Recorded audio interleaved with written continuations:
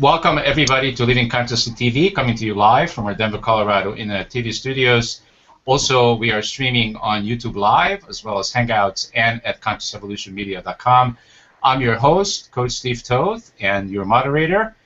And this network has been on for like more than 12 years and more than 15,000 shows, and we are no longer counting. We are just going to keep doing it, providing value and serving humanity. Our theme today is animal spirit guides, and our guest this evening is Dr. Stephen Farmer, and he's joining us from the beautiful place, California, that has no water. Welcome to the show. Thanks, Steve. I appreciate it. Dana Point. Yay. You know, we water. Yeah. We're allowed to water our lawns once a week. We go news into the show as well. We just do it so that people don't even notice. So also let me introduce to you our guest this evening. Next to Dr. Stephen, there's Linda Dyer, and Linda is from a place where the kangaroos are roaming every day, 24/7. That would be in Australia. Welcome to the show, Linda. You crack me up. They're actually not in our main street, but yes, somewhere in Australia there's heaps of them. Just wait. There will be a time when there will be on the main street. Yes, actually I drove down a side street not long ago and there was a kangaroo and I went, whoa, where am I? So there, they're coming closer. You see. Welcome to the show, Linda. And next to Linda is Nina DiVerderosa, and she's joining us from a place where the lights never go out 24/7. That would be Las Vegas. Welcome to the show. Thank you very much, Stephen. Yes, I make sure the lights never go out. All right, I just wouldn't want to have that electricity bill for Las Vegas. Wow, that's pretty high. I can't even put my arm around that right now. So, all right, we have an awesome show this evening. I'm really excited about animal spirit guides, and that's really Dr. Stephen's passion. So before we go much further, let's make sure that our viewers understand what are animal spirit guides. Oh, I have no idea. I'm just kidding. I'm just kind of kidding, you know. Great answer. Get things started that way. Start off on a left foot, you know, instead of a right foot. That's like when people ask me, what is consciousness? I go, I don't know. I think I am. I'm not sure. Anyway, animal spirit guides are any animal that shows up to you, whether in the physical form or symbolic form, in an unusual way and or repeatedly. And what that, there's something pretty big going on, at least, you know, in my world, it seems to work for a lot of people. I'd say a background of that, Steve, would be the world is alive. The world is very much alive. It's just a matter of us learning how to listen and pay attention to what the communications are that are coming through the various aspects of the world, the various physical expressions of consciousness, you know, large C consciousness. Yeah. And our ancestors. Go ahead. Go ahead. No, I was going to say our ancestors. I respectfully yield back to you because I interrupted you. I thought you were done. Oh, no worries. You know, you're going to have to interrupt me probably once I get going. You know, one of you just go or something like that. No, if the show no longer seems like a tennis game, I will interrupt you. Okay, sounds good. Anyway, the world is alive, and that's a basic premise for where animal spirit guides comes from. And that's that our ancestors long ago were able to read the omens and the signs from the natural world, certainly including the animals that showed up, like I said, unusual way or repeatedly, particularly in a short space of time. But we've lost that ability along the way. The bad news is, and the good news is that we're regaining that as we explore these different avenues of consciousness. So one of those avenues that I've written quite extensively about is animal spirit guides. What's going on is this. Let's say I'll give you a story. Just happened yesterday. I'm stopped at a stoplight on my way somewhere, and I looked up and I saw this hawk circling. You know, hawks just circle and they're cruising along. But there was also some little birds, about 3 or 4 of them, that were dive bombing the hawk. that were trying to protect the nest or something. Who knows what was actually going on at that from that perspective. Mm-hmm. But I was really enthralled by that as I waited for the green light to turn. I'm looking up and watching how this hawk was completely undisturbed. It appeared to be anyway. And it was a rather unusual sighting. It's not that I don't see hawks around here in where I live in Dana Point. It's just that that particular scenario was really rather unusual. I don't see that a lot. It's funny, where I lived, and I don't like to interrupt you, but I will, because everybody else does, so why not? That's part of the game, yeah. Okay. I was living on Mulholland Drive, and when you talk about a hawk, there was a hawk that lived in that, right in the area. I lived in the Hollywood Hills, and I could look out on all this incredible greenery. And there was always this one hawk, and he would come into the trees, and you could see him sometimes sitting there. But they're usually hawks. They hover around, and they stay in that kind of one position. And it was amazing. He was there for years, and he never left anywhere. And that's kind of what they do, isn't it? Well, it is territorial, very much so. And again, if it's something that was, say, a daily or every other day occurrence, then that might, you as the viewer, might not consider that as unusual. What I believe, and it's been my experience, is that Spirit sends us these omens, these signs, and again, we just need to listen to them. So that's an example of what could potentially have been an animal spirit guide. The hawk that you saw, or maybe there was an unusual sighting, of the hawk that you saw. Maybe he came up and roosted on the tree right next to your house or something like that. He did, absolutely. That's where he was. But he was there for years. I don't know if it was the same one. I assumed it was the same one. The one I saw, it was an interesting message. Because of a lot of the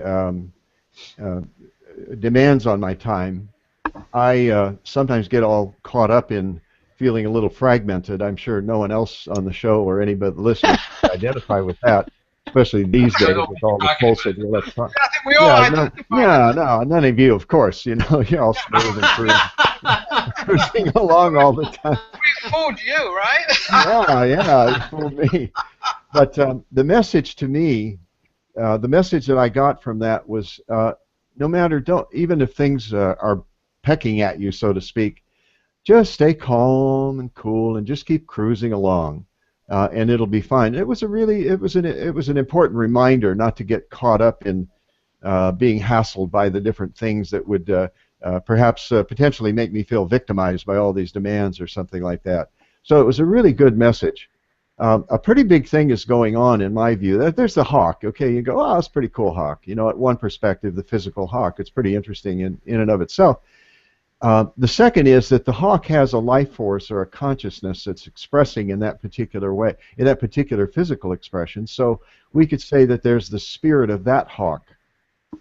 Where it really gets interesting, though, is if we look at it from a third perspective, which is that maybe, just maybe, in that instance and several others that I've come across myself, as well as I've heard so many stories of this, that God or Spirit has sent this particular messenger to you for a particular reason.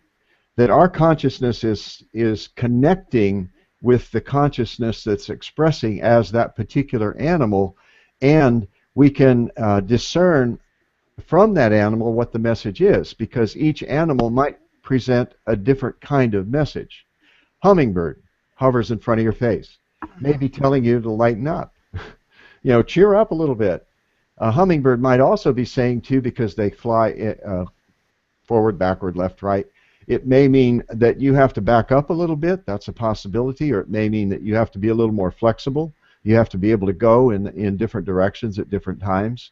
If you were to see, let's say, there are not a whole lot of bears around Dana Point, but if you saw, let's say, a poster for a bear, that's what I mean by symbol. A poster for a bear, you turn on the television and there's a show about bears. You go to the supermarket and somebody you pass is talking about bears. You go, well, that's three in the sky. Dr. Farmer was saying about threes or repetition. So there might be, very likely, is a message that's trying to get to you through the symbols of bear as an animal spirit guide. So that's the gist of it. That's what an animal spirit guide is. Oh yeah, yeah, that's pretty cool. I found that different people have different perceptions of the animals. When I lived in the forest area, I'm now living down near the beach, and when I lived in the forest area, we used to have these big black birds quite constantly come into our backyard, and they would, you know, take the dog food and all sorts of stuff, and so we would shoo them. But I was at that time teaching an Aboriginal lady master prac in NLP, and she said, actually, we think of these birds entirely differently. They're the wisest bird. We love these big black birds. We don't think they're scavengers at all. We actually think they've got the most wisdom. And I went, wow, isn't that wonderful that you've just, you know, just from another person's perspective of what that animal is. Because you talk about the black bird, because I always feel the black bird is giving you a message. And I always feel it's a message that you should actually pay attention to, because I remember driving one time from Los Angeles to Vegas, and I was meeting this person that I was very, very unsure of, and I was like, didn't understand. And this blackbird, single blackbird, was floating around. He would come diving down, and this went on for quite a long time and quite many, many miles. And the message it was giving me was he was trying to warn me, and I was picking up this message warning me to be careful. And this bird, believe me, and this was like 4 or 5 years ago. Believe me, that bird was right. 100% was right. But I knew it, and I knew the message. And I've also got birds in my backyard. I had one this morning. I had a little one sitting on my wall, and he made a noise to try to get my attention. So I opened my back door very, very, very slowly because I didn't want to frighten it. And I just stood there and I started tweeting to it, and it tweeted back, and we were going back and forth. And I closed the door, and off he flew. And that happened this morning. Isn't that amazing? That's cool. Did you get a message? Yes, I did get a message. And the message was that everything's calm and everything's great and don't worry about a thing. That's the message I got. And I got the message that he was sitting there, because he was sitting very calm. His little feathers were sort of a little puffed up, you know, like, he was like having a lovely time there. And then he realized, you know, he was trying to get my attention. That's what I felt. And I felt he was trying to tell me not to worry, calm down, everything's going to be fine. Because I had like 10 phone calls all at one time, and it was driving me nuts. And I was trying to sort it all out, and then after that, until now, the whole day worked out perfect. Because of that visitation. And I'm going to take it to that. Well, now I'm definitely going to take it to that, because that's exactly what it was. Oh, good for you. You know, the next question would be, how did you discern the message? What do you mean? Did you hear a voice in your head? Did you just know, or did you? I looked at the bird, and I felt, wow, I wonder why he's sitting there, and what's he doing, and what is he trying to tell me? And I got the message to calm down, and I felt that message. He's saying, now calm down, everything's going to work out okay today. And you heard this. I actually heard this, obviously. Yes, I understand. Yeah. Not talking to me, literally, but I could hear the message, and it's so funny because every single thing through this day was a very, very hard. Everybody from every direction was coming at me. Right. And it was all these. I'm trying to sort them all out. They weren't. I mean, some of them were dramatic, and some of them, but I sorted every single one out, and everything came out very smooth. But they were all nothing. I woke up this morning to expect nothing. Not even the bird. I understand, yeah. And you were open to receiving the message, too. That's important. Well, that's how I feel. Well, and now I know that you've actually clarified that, because I didn't know. Why did he come to my house, and why was he sitting there all lovely and puffy up and all this lovely stuff? And he was kind of looking at me like, come on, woman, wake up, get with it. Yeah, good for you. Well, I think that brings up another point. So, Dr. Farmer, Yeah. Go ahead. I'm just wondering if there's always a message to be had, or can you just feel like one with the animals? Let me give you an example. When I was traveling through Africa, there was a bus strike, and so there were no transports going through the Serengeti Game Park until we went through. And so you can imagine the animals were absolutely everywhere. It was just a plethora of the most beautiful animals. I just felt in this game park to the point where we'd camped and a lion came into the game park, and I left my tent to go and pat the lion. I mean, that's stupid, I know. However, I did not feel at any time that I was going to be in danger. until somebody grabbed me and pulled me into the tent. Animal And then yeah. the next day, everyone left to go and find elephants. And I decided I was going to stay. And I stayed with one other guy because I had a bit of a Bali belly or African belly.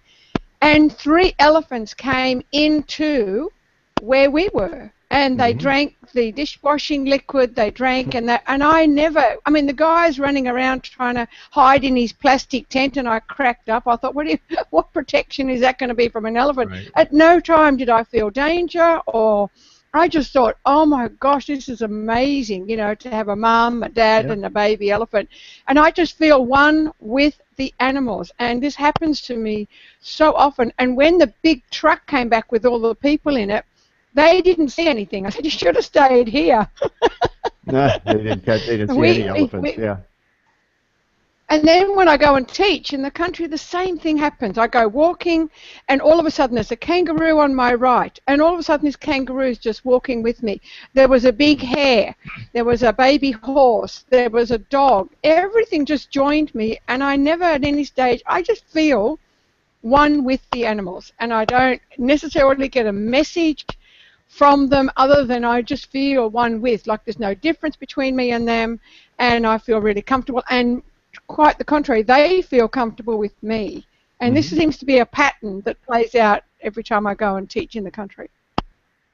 Oh, that's great. That's not really about animal spirit guides so much. It's more about you being able to be in that zone where you are feeling that connection where there's no thought about it. I think and there's an innocence to that too, Linda, that I really appreciate. You've got a gift there, that you are that attuned to animals, and they can attune to you very easily where there's no real threat, especially you go pet a lion or you got 3 elephants in your campsite. And I think that's funny, the fella trying to hide in the plastic tent, like that's going to protect him from 3 different elephants. But that's really, it's somewhat related, but not quite right on the mark as far as animal spirit guides. Now, there may have been a message from there. There may have been something like 3 elephants. What's the number 3 really mean to you? The fact that you felt protected, that you can sort of intuitively grok that they're feeling safe with you just as much as you're feeling safe with them. So there's this kind of an energy that you're putting out without being consciously aware of it that allows you to join into the consciousness of these different beings. I think it's a wonderful gift. So there may be a message there, but unless you're really not looking for the message so much, but you're attuned to the possibility that there may be some communication coming from spirit through these particular beings, then there may be. It's something you could try next time you have that experience where the animals like kangaroos, etc., wallabies, whatever, are following you around, is go, okay, Brother Wallaby, what's the message? You know, this is the interesting thing too. There's some different ways I wanted to address that. Different ways you can discern the message too. One is my favorite one, and I must confess I don't always practice this because I've got books that give help you discern what the message is. But is to just when you have that unusual sighting, whatever it may be, you wake up with a big dream, let's say about a lion. It could just be a dream. That's one way to look at it. From this perspective that I'm offering here, though, maybe there's a message, especially when it's a big dream. The lion comes through really loud and clear, and you woke up and go, whoa, what was that about? The first thing I would say is take a few moments, take a few breaths, and just imagine lion in front of you in your visual mind's eye, and just say, lion spirit, what's the message? This is what I teach many, many times over in workshops and such like that. And what that message, the way that message will come through is in one of 4 ways. And that's why, Nina, I was asking you about how you heard it. It can be visual, meaning once you ask that question, you may, in your mind's eye, see another image that gives you the message. That's one way. Or your eyes may be open and you're drawn to something in the environment, and you look and you go, oh, okay, that's the message. So visual, auditory, this is what I was referring to, Nina, and it sounds like the message just came in in that auditory channel. And usually I describe it as, because I get a lot of messages in the voice in my mind, usually it will come in that way, the voice in your head, or again, it may be something that somebody says or a noise in the environment or something like that. So it may be in the external environment, but it's auditory, visual auditory. Kinesthetic is the sensations you get in your body, a feeling like a cat, a feeling like one of the big cats, something like that. And the fourth way is cognitive, which just means a client today said that she's done quite a bit of work trying to visualize things, and she just doesn't get visions. And so what we determined from the conversation is she just has a more cognitive ability. She just knows when she's presented with an animal spirit guide, for instance, she just knows what the message is. Yeah. So I think it's important to distinguish the different ways that those messages can come in when you ask the question. So that's one way, is just ask the spirit, the animal spirit, what the message was when you get a sighting or a visitation like that. In the Chinese charts, we're all animals, as we know. You know, in the Chinese charts, their signs, they're all different animals, correct? Yes, yeah. And I'm a horse, apparently. I'm the horse. And you sort of, how do they connect that to I have no idea, and I say that because I don't know Chinese astrology well enough to have any expertise on it. In fact, I refuse to accept that I'm the year of the rat. So let's go to the next question. Okay. I have one, and it's actually more of an observation, but we'll see what comes out of it. So Dr. Stephen, what I really enjoyed the beginning of the way you kind of teed this up, and what comes to me is like about 12 years ago when I distinctly remember that I became awake and conscious. But before that, I knew that there were birds in the trees, but I never heard them when I was not conscious. There's a lot of stuff probably went on, but because I didn't have the ability that I have today, which is that I can be in the present moment, which is what we teach on this network, and I don't have a lot of chatter in my head, it seems to me that, and I kind of love what you do, because the only way that I see now that you can actually get these messages and be open to the guides is we have to develop some kind of a sense that, first of all, we have to be open to this idea. Secondly, we have to be able to be connected to what? Connected to the spirit guide, right? In order to get the message. And we can't do that if if our minds are going 1,000 miles an hour, thinking about what we have to do in the next minute. I think being connected to animals that can't talk, because we say they can't talk because we don't understand them. They do talk, and they do have action, and they do have a lot of stuff. I've always been very, very connected to animals, always, without really owning the lot or without really being involved with a lot of them, except dogs. I had a Labrador that had 10 puppies, which was wonderful. But there is a question, Dr. Stephen, I need to ask you. Oh, this is really a weird, and I don't even know if I really should bring it up, but I will. As stupid as it may be, I'm going to bring it up. And this is weird. And I didn't notice it. I started noticing this probably about 8 or 10 years ago. I would be on my computer. This has always happened at night. And this great big blue bottle fly appeared. I don't take any notice of it. And then it disappeared, and then next night it would come back, and then it would disappear. And this, over the years, this has all sort of always been there, this blue bottle. It's just one single blue bottle, and always latish at night, between 10 and 12 or 1 o'clock when I go to bed. So now I moved from that place, and now I'm living in Vegas. And lo and behold, this fly has come back late at night. And I'm looking at it because I'm looking at it completely differently, and I did before, and I looked at, what is this message this fly is trying to give me? And I'm trying to relate to this fly that sort of, he comes out, and then he completely disappears. And then he'll come back maybe 2 or 3 nights later, or maybe the next night, and I haven't seen him for a little while, but he's around. That sounds like you, Ninon.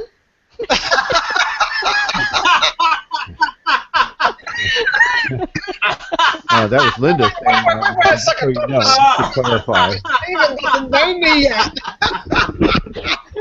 Comes in and disappears. Yeah. Yeah, well, that's definitely Goes me. out, comes Definitely in, goes me. out, comes in. That's definitely me. But isn't that something? And now since you're here, I don't even know if you could ever answer anything like that, because it's not weird, because it's like it's a message and it'll come, it'll buzz, it'll make this noise to get my attention. But it's big, it's this great big blue bottle thing, and I think, maybe I'll kill it. So then I think, no, I can't kill it. It's an animal, you can't kill it. Yeah, yeah. Well, again, I throw it back to you. Do you get a message from that? Just from? I'm trying to get a message. I'm trying to get a message, and the message I'm getting from it is it's trying to get me to pay attention, or to look at him, or to have a conversation with. How do you have a conversation with a fly? I mean, give me a break. But at the same time, I'm getting this. The message I'm getting is he's trying to get my attention. Okay, good. Yeah, that's a start. That brings up a second way that you can discern what the message is. To think of the physical animal or the physical characteristics of the animal as a metaphor for what the message is. Example, I mentioned the hummingbird is a great, I love that example because they're just fascinating beings. Okay, he can fly forward, backward, very, very protective, because that's sometimes what they're doing when they're buzzing you. They're very protective of the young. They need to eat quite a bit and to sustain their metabolism, something like 80% of their weight every day, something like that. Mm-hmm. So it may have something to do with that the message that the oversoul or the collective consciousness of all hummingbirds is showing up in that one little being. That's a way to look at it. Another might be just, again, I defy anybody that sees a hummingbird to be depressed anymore. You know, it just, every time I see a hummingbird, I get delighted. I feel really cheerful. So maybe it's saying to you, cheer up. I feel the same way about hummingbirds. In fact, one time when I was living in Los Angeles and my husband was right there or something, this hummingbird was in our house, and I said, can't keep the hummingbird in the house because it can't fly. There's not enough room and everything. So I actually caught the hummingbird. And I went to the door and I let him out. And my husband told me, he said, I've never seen anybody catch a hummingbird. He said, Nina, they're too fast. And I said, well, no. I said, it seemed as if he wanted me to catch him. Allowed you to, yes. Yeah. He knew that I was going to free him because I would never, I don't like to kill animals of any sort. Yeah. Well, again, there's also a distinction between there are exquisite animal communicators, and those people that are very gifted at being able to discern the message from the specific animal. But again, I'm looking at it from a different perspective, as we are with the fly, for instance, the blue bottle fly. Yeah. What do you think? I'll invite anybody that's here to suggest it. When you think of a fly, what do you think of? What are the characteristics of a fly? Freedom. Anybody? Freedom? Okay, good. What else? Anything else? Yeah, well, mine is that they land on your food and they poo-poo, and be careful. they make a mess. Yeah, they make a mess. Be careful. Yeah, they. That's what I'm like. So you always like, poo, get away, get away, get away. That's what you always. Okay, good. So they're kind of pesty and in a way annoying and obnoxious sometimes. Yeah. Only because I know what they do.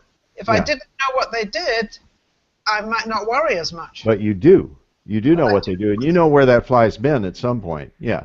Very likely. Yeah, in the poo of the world, that kind of thing. Yes, what else? Anything else? Anybody else? Steve or Linda? Any other characteristics? They occur to me as, dirty animals, basically. Okay. They're dirty. Right.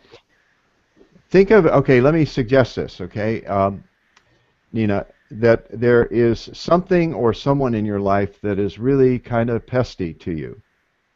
And they continue to bug you. In a way, they don't stay with you, but they bug you. Every time they show up, they sort of bug you.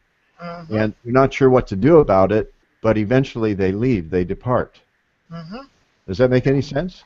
I know exactly who you're talking about. Okay. That is weird, and this person lives very close to me. All right, there you go. Now the next step is, what are you going to do about it? But that's another story. But the fly is showing up in two different locations for you, as you said, at a particular time, and they come and they go. They come and they go. So that's the message from the fly. And you know, Plus what you said, not instead of what you said, because like you said, it also draws your attention. But the oversoul of that species is sending that fly to go, psst, psst, Nina, yeah, Nina, that's what Nina. I feel. Yeah. Yeah, okay. So that's a good example. That's a good telling and a good example of what I was saying about, look at the characteristics of the animal. For instance, let's take bear. Okay, again, not a lot of bears around here, but maybe if you go in the forest, you see a bear, or Linda, sounds like you've traveled extensively. Perhaps you've had a bear show up in your camp or something like that. But if you think of the characteristics... Yes, in Oregon. In Oregon, okay. If you think of the characteristics of bear, what do you think of from what you're aware of? Anybody? Oh, big and cuddly. Big and cuddly. Okay, good. What else? Well, they're dangerous. I mean, I lived in Conifer, which is in the mountains here, and I've seen mother bears with cubs, and I wouldn't be like Linda. I wouldn't really go near them because I know how protective the mother is. Yeah, so they're protective. Hmm. Yeah, very protective. I like bears. I'm not afraid of any animals. The only thing is everybody tells me to be careful. I don't have that feeling within my own mind and my own body, and I always feel like, but I'm very, very quiet and very, very, very gentle and very, very slow when I get near an animal, because I always feel that you've got to sort of give them that time. Go through my head is give them that time just to sense you out and who you are and where you're coming from. So bears, I would love to go up and stroke them and say hi and be nice, but I don't know if I would. So that's it would be nice if or whether, again, I think the wisdom would dictate that if it's a mama bear and she's got cubs, probably not the best thing to do. That's common sense in a way. But again, what are the other characteristics of a bear? One of them is that she does during hibernation is when she births. So there's something creative that's going on with that. So bear shows up to you in a repeated way. It may suggest to you that it's time, that creative project that you're working on, you may need to put a little more energy and a little more time into it, or that something is birthing, some creativity is birthing within you, and you just got to listen and pay attention to what that urge is, what that which wants to emerge. It certainly is about protection. It's about setting boundaries. There may be situations in your life and your experience, maybe with specific people, where you just are a little bit too easy to say yes instead of saying no and establishing boundaries. You see what I mean, though, about the characteristics? Mm-hmm. Does that make sense? Mm-hmm. Yeah. I was actually rafting down the Rogue River when I saw the bear, the big black bear on the left. I was rafting down the Rogue River, and I saw the bear up on the left on a rock, and I had no... I wouldn't have gone up and touched it, but I actually had a sense that it was just telling us to be careful. Okay, great. To stay in the boat and be careful, because when people tell you that you have to row towards the rock, it doesn't make sense. No. Yeah. So I quite often didn't. I didn't do what I was told, and I would quite often go down the raft, go down the big waterfalls backwards, because I wasn't doing it. And this big bear appeared, and it was like, you better pay attention, kiddo. Yeah, pay attention. Good. Now, Linda, I think that brings up something. As you said, I had this sense. That term, as you know from NLP, that's a kinesthetic word. You felt something, and it got translated into, be careful. But the first impression or message that came through was in your body. You felt a sense of. Yeah. Sometimes we'll say, as you know from NLP, I see that. I saw this, or I heard this, or whatever. We use those kind of language when we're employing any particular sense.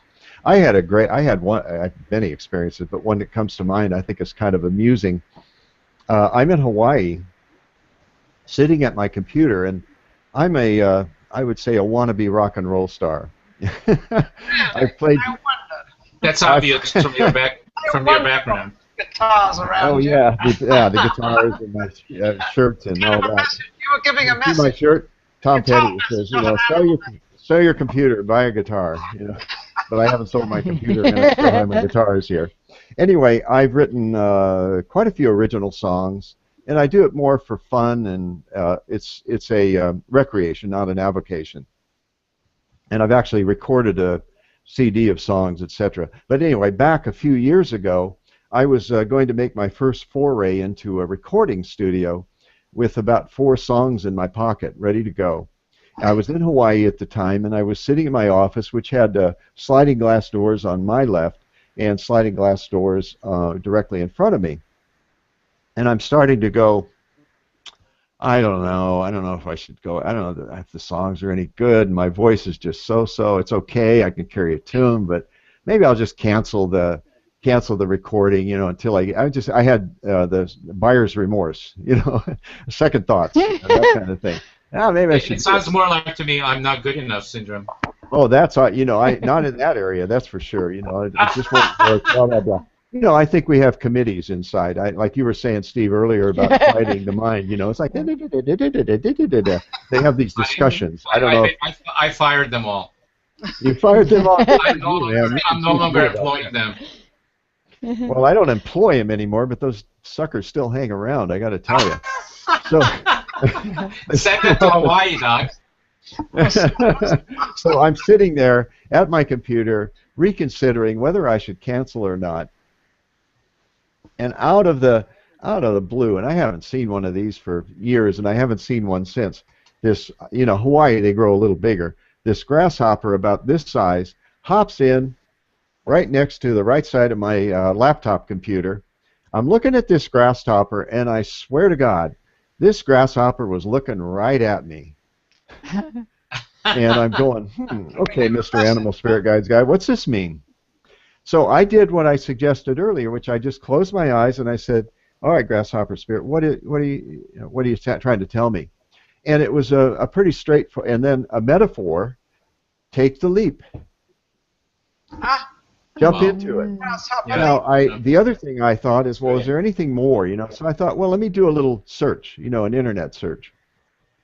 I came across one site. I didn't have Grasshopper in my Animal Spirit Guides book, unfortunately, because I looked there first and I went, oh my God, I don't have Grasshopper. So then I went to the internet. I looked up and I found this one site that said something very interesting. And the words that leaped out at me in bold, flashing neon lights of this one passage was, the male sings to attract the female, and the word sings just came right out at me as a secondary message. Take the leap, sing, go for it. And I did, and I had a great experience in the studio the next day. Again, partly because of the encouragement of that particular spirit guide, the grasshopper. This is amazing. That's what's exciting about this way of viewing animals, is that and the world generally, trees, you get messages from trees and plants too, but I think it's easier for most people to relate to animals as animal spirit guides. It's a little harder maybe with trees and plants for most, but certainly the animals that show up are animal spirit guides. You know, Dr. Steve, it's like you're giving confirmation, especially to myself, on this animal world. I've always felt that they're giving you messages, and I've always felt this. I've always felt they've come for a reason. It's like you see a formation of birds. And I remember saying to my husband one time, we were in Newport Beach, and I said, look up. I said, look at the beautiful formation of those birds. And there was this lovely formation. And he turned to me, he said, I've never seen that. He had never even noticed this. I mean, this happens all the time, as you know, in the sky. It's amazing how many people don't notice our animal kingdom. They just don't notice the little things that happen, or the little things that go on, or, they've got blinders on. They don't see it. And I think if more people, which I think is the message you're giving out today, is start looking at these animals, start understanding these animals. I got a friend of mine that he has 8 cats, and each one has got a name, and they were just strays, and he took them all in, took the whole litter in, and it's giving him this incredible tranquility of life that he didn't have before this. There's another aspect, too. Thank you, Nina. That's a beautiful statement, and I agree with you. And again, that's part of my mission, an aspect of my mission, an important one, is just to encourage people to be more aware of the natural world, and not just the physical natural world, but the the life force behind each of the beings in the natural world. Why did God put all these animals, all these free animals, big, small, little? We have them. We have little ants floating around in every house, and we have animals everywhere. They never talk to us. They're always there, and and we all live together. And I don't think people. Well, we have bed bugs. We have bed bugs. Have you seen the bed bugs? Well, I don't know. I hope I don't have bed bugs. But... What are they trying to tell us? Do you have that in your book, Doc? No, I don't have bed bugs. There's probably about another 3,000 or 4,000 different animals that aren't in the book. The ones I have in there are more common. But, you know, it's an interesting question. If you do find bed bugs, what's that really telling you? Change the sheets, clean your bed up, clean yourself up. You know, on a very practical clean your sheets, you know, use some non-toxic exterminator or something like that. So Doc, when I first got your theme for the show, Animal Spirit Guides, what came to me immediately is American Indians. Okay. Because I'm aware, I'm connected to that their energy is completely 100% connected to animals. Matter of fact, their names, a lot of Indians' names are animal names.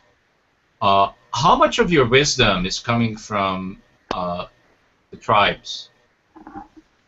Well, it's in indigenous communities generally, as well as, again, back during the days of our ancestors when they lived with the land, not on the land, but with the land. Important distinction in that word, with. It became necessary to relate to the world in a completely different way than what we are accustomed to growing up here in Western civilization. We're not accustomed. We look at the world, even the English language, we speak of the trees as objects. And in Native American culture, as well as many other cultures, there's no word for object. It's the tree people. It's the animal people, etc., etc. That there really are relationships. We have removed ourselves from having a cultural and a personal sense, and it's not just a belief, but a sense of it. We haven't grown up that way. It's nobody's fault, just we haven't grown up that way, where we can really see them as brothers and sisters, as grandmothers, as grandfathers. The older beings of the planet are accorded that elder status of grandfather and grandmother. Grandmother Ocean, about a mile from here. Grandfather Wind, the elements. Brother Wolf, who is with me right now, in spirit. So we have these relationships with the natural world in a whole different way. We've got a whole different mindset. So again, back to the animal spirit guides, the interesting thing about that is that's an opening for many people. That's why I've written a book, Power Animals. I've got 2 oracle card decks that are Power Animal oracle cards, messages from your animal spirit guides, Animal Spirit Guides, the book, and then a pocket guide. So they are working me. I'll tell you, they worked me. And I think part of it is I do believe that it's driven, if you will, by inspiration from spirit, and they need our help right now on another level. One of the things about when you start to work with animal spirit guides, I think is significant, Steve, is that there's a principle of exchange in shamanism, and I am a shamanic practitioner. The principle of exchange is that we give back to the world as much as we take.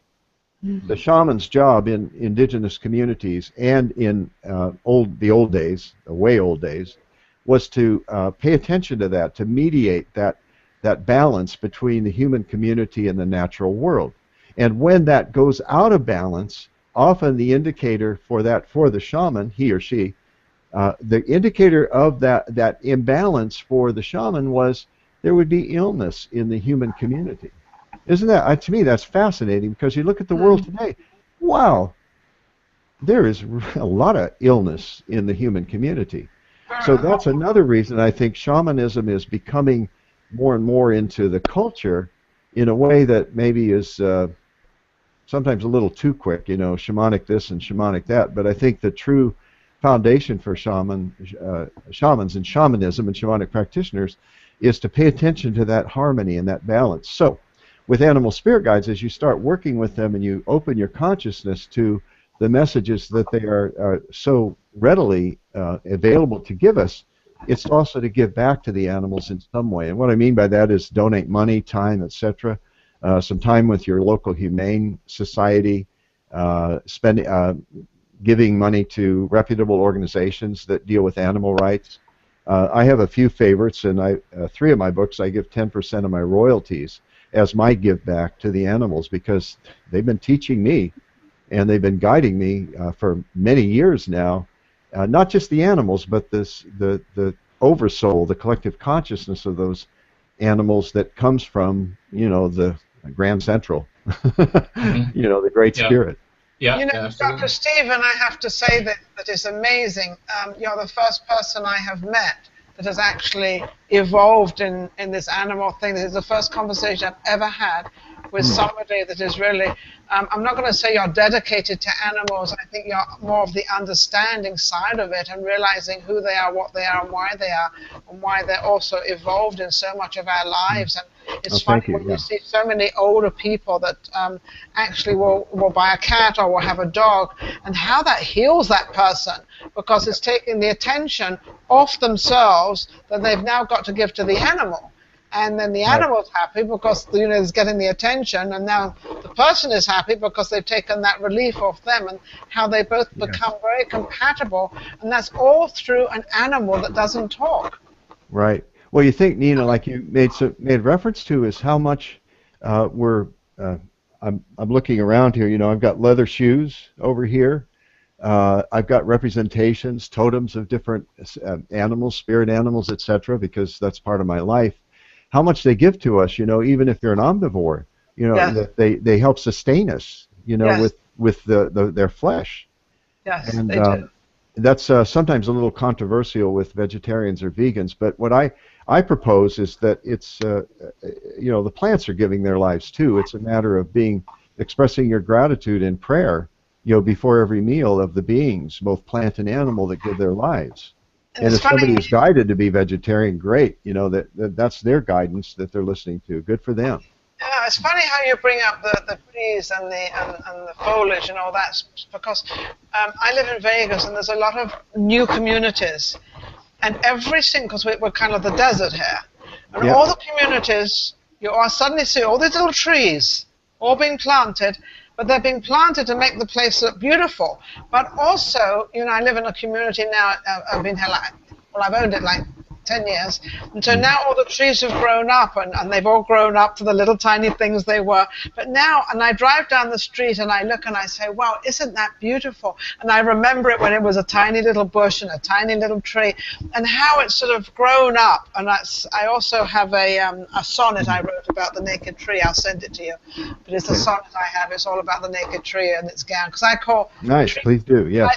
I call trees that have got their leaves on them, I call them their gowns. And in the winter, they lose their gown. The wind comes along and their gown. I won't go into that. I like that. It's really great. That. Yeah, it's That's quite pretty. beautiful. But when you see how these trees are, and I don't think many people really notice it, but you see the flowers come up and you drive by and it just puts a smile on your face, or at least it does for me. And I see all the foliage and everything and how it's grown up and the pleasure it gives us, or it gives me.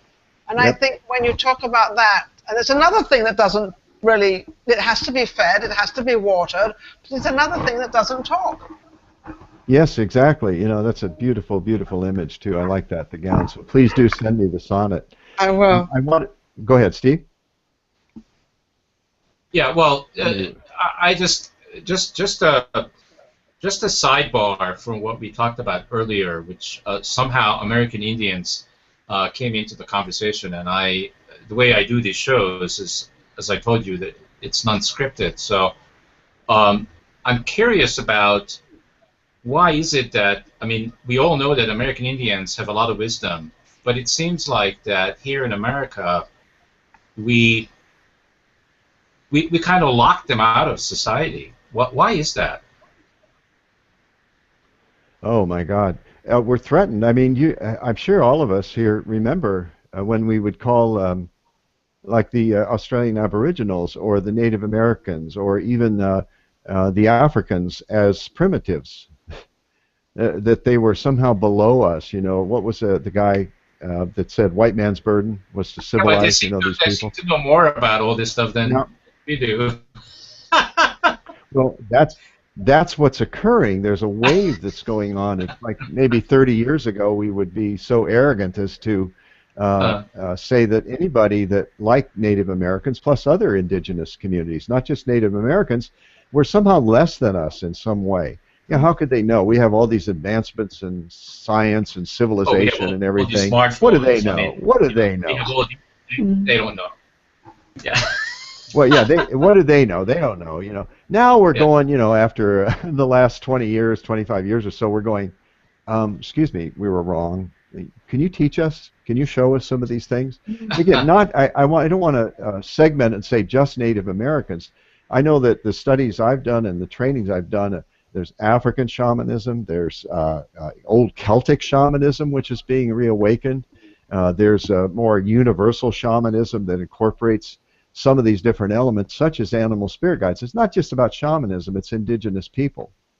So I think that would be my answer to your question is, I think we're being more attentive to that they do know something a lot more than we do about the relationships with the earth, and I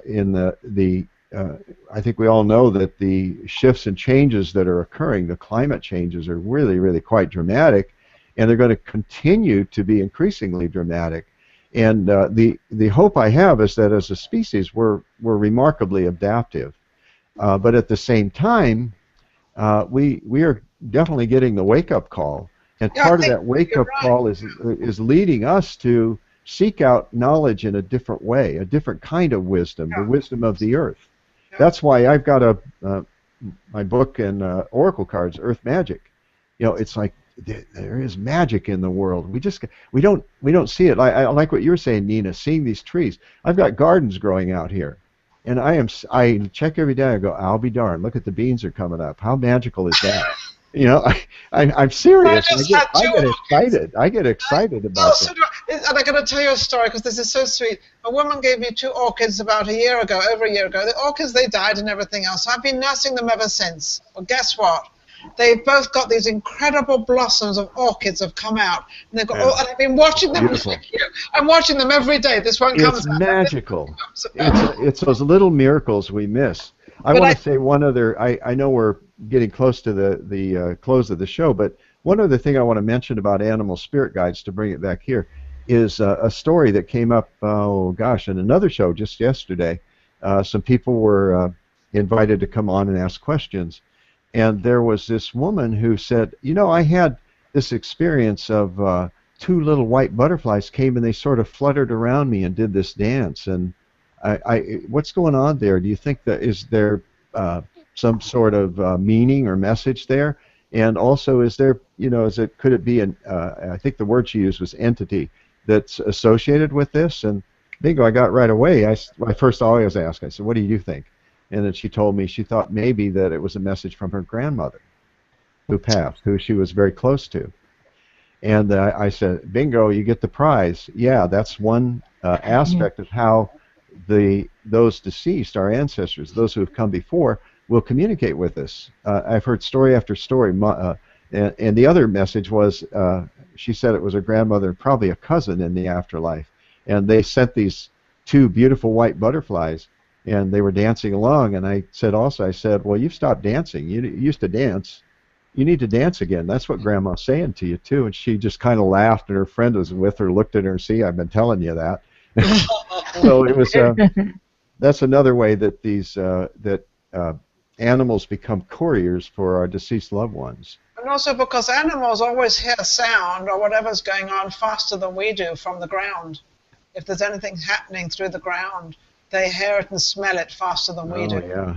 That big tsunami that happened a while back. They get all that. But, I think the reason that you mentioned a lot more people are getting more evolved into what really is going on in this world, and I think the reason they're doing it is because so many different things are suddenly happening that none of us, we say, have caused it. Like these earthquakes, all the stuff going on. Well, these are things that happen that we probably did cause it with the pollution and everything else, but in the meantime, we don't say that. But I think we're paying more attention as to what is going on in this world and what is going on. But the animals, I think, are far more aware of it than we are. Yeah. Oh, yeah. I'd agree. You know, they're much more. How conscious do you feel animals are, like dogs and cats and Very horses? conscious. Say that again, Steve. What was the How question? conscious do you think animals are, like dogs, cats, horses? Oh, completely. Very conscious.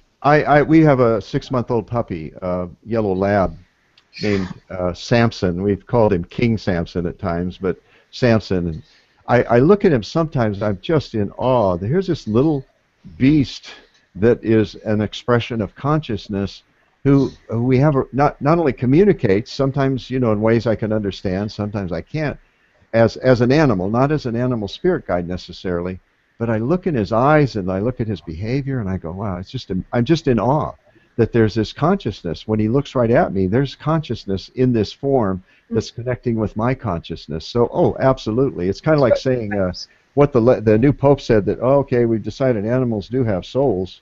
Well, anybody who knows an animal or has a pet or anything like that, of course they have souls. You know, it's just a different kind of soul, but they have souls. Of course they do. Something animates them, this life force that animates them. So, yeah, absolutely, they're conscious. Labs are the best dogs in the world. I had 3 black labs, and then one of them gave birth to these 10. Oh, they are the best in the world. I've had labs before many years ago, and so to kind of renew that relationship, they are the best. Yeah, and they're great children. Yeah, they are. Anyway, I also want to just put in a shameless plug for my website. If anybody wants to investigate this further, it's called earthmagic.net, earthmagic.net, if you want to look it up and kind of explore it a little bit. We just redesigned the website. And also my friend Beth, who you know, Linda, was instrumental in really organizing this. So I thank her, as well as I thank you for helping us out here. I know you had a very busy schedule today, so I appreciate you being here with us. I'm going to be in Toronto for, gosh, a 2-week run. I think it started out as 8 days, and now it's 2 weeks. Beth is really adept at going, hey, can we add 1 more day? There's some other people that want you. And I go, okay, I feel wanted. Yes, okay. So I'm going to be there for a couple of weeks, and the first couple of weeks of June. And again, that's on my website, earthmagic.net. You can check that out. Linda, you've been quiet. I'm just curious what any thoughts you have about all this conversation we've been having. Oh, I just wanted people to hear you because they can hear me anytime. But something that came up for me was my brother's doing some amazing work with the Indigenous people in Fiji, and eventually I'll probably get him over to my village in Africa. But he's working with a plant that they've noticed that is in some of the poorest countries in the world. They've found this plant that just hangs around. Isn't that interesting? It hangs around. It's on the side of the road. And they've noticed that the Indigenous people have noticed that if you get this plant and you actually harvest it like we harvest wheat, it can actually feed itself, feed animals, and feed people. It's called a moringa plant. A moringa. And so he's now moringa plant. Yeah. Moringa. So something that we white earthlings might think is a weed has now become something that could feed 3/4 of the world. Wow, I love it. He's actually working with the university to develop this further and work with the Indigenous people in Fiji, and he's working with the poorest village and the chief of that village in Fiji to establish this plant. And once he does that, then other people will go. And I've already introduced it to, we're sponsoring a village in Africa, and I've already introduced it to them and said, just look around for this plant. It's called the moringa plant. You can grow it, harvest it, and it's when you harvest it, you can have it in different layers. It grows really quickly. It'll feed you, it'll feed your people, and it feeds itself. It acts like a fertilizer for itself. So, isn't that amazing? Oh, that is amazing. My goodness. Yeah, I'm glad to hear that. That's another angle, too, of this idea that the world is alive. There's a fella named Elliot Cowan who wrote a book several years ago who would do a shamanic journey, which is sending your consciousness into non-ordinary reality and communicating with spirits. But he worked with different plants by communicating with the plant, so the plant spirit would teach him what the use of the plant is. Now, indigenous people are going, especially down in the South America, they're going, well, duh, of course. But for him, who's a white guy in Western civilization, to do this without having that knowledge or that training, I think is pretty phenomenal. And what he did is, once he researched in that way several different plants, he then looked it up, to see if it matched what he was getting matched what other people have found with the plants, and sure enough. So again, even plants will teach us if we allow them to. Like the moringa plant. That's a great story, Linda. I love it. Yeah, thank you. Well, Dr. Stephen Farmer, thank you for being on Living Consciously TV and also on our network. And thank you for what you do in the world every day, because you're making a difference in humanity. So thank you very much. For everybody else out there, very welcome. Yeah, thank you. And thank you for the cast for being here and being engaged on Living Consciously TV. For everybody else out there, if anything that any one of us have said, especially Dr. Stephen Farmer today, if it touched, moved, and inspired you, please continue to come back to Living Consciously TV on YouTube Live as well, and continue to watch these shows. The more you watch them, the more they show up on our top 10 list every month, and they have the possibility to go to public television. Thank you so much, and we'll see you guys here same time, same place next week, always on Tuesday. Thank you, everybody. Have a great evening. Thank you, Or Steve. Wednesday. Thank you. Thank you. Thank you, Linda. Thank you, Nina. Bye-bye. All right. God bless. God bless you too. And the animals.